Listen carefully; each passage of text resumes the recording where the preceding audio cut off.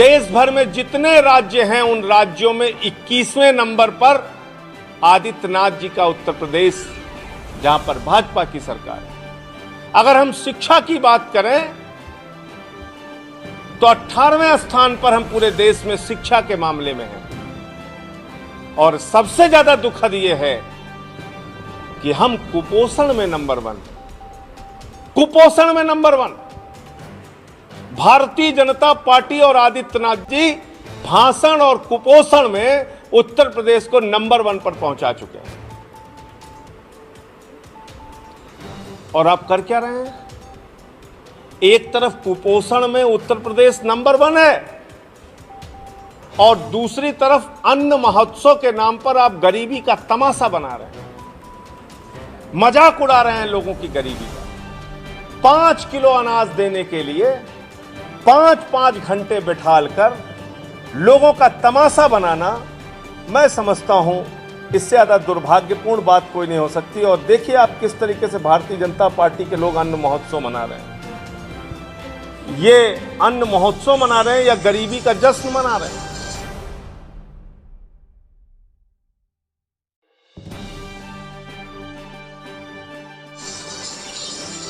ये अन्न महोत्सव का कार्यक्रम है भारतीय जनता पार्टी का। ये अन्न महोत्सव है कि गरीबी का तमाशा है? ये अपने आप को संस्कारी कहने वाली पार्टी का अन्न महोत्सव है,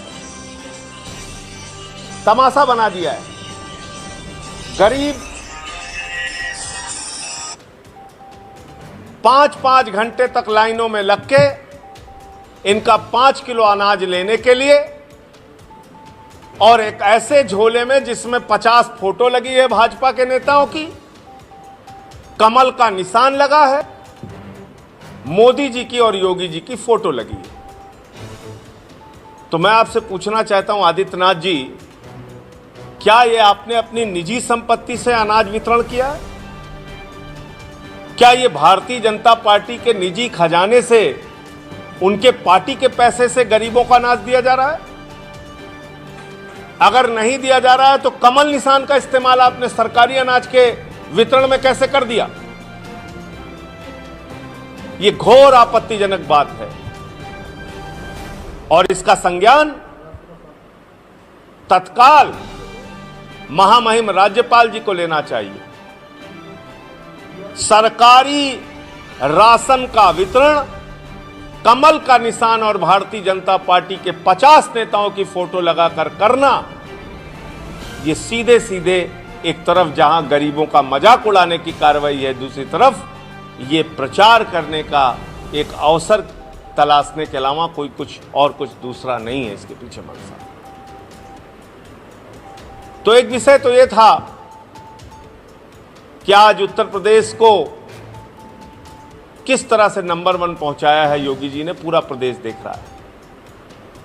अभी एक टीवी चैनल पर बीजेपी के प्रदेश अध्यक्ष ने कहा कि रात को 12 बजे भी उत्तर प्रदेश में लड़कियां सुरक्षित टहल सकती हैं, महिलाएं सुरक्षित टहल सकती हैं। इससे बड़ा सफेद झूठ कोई हो सकता है क्या?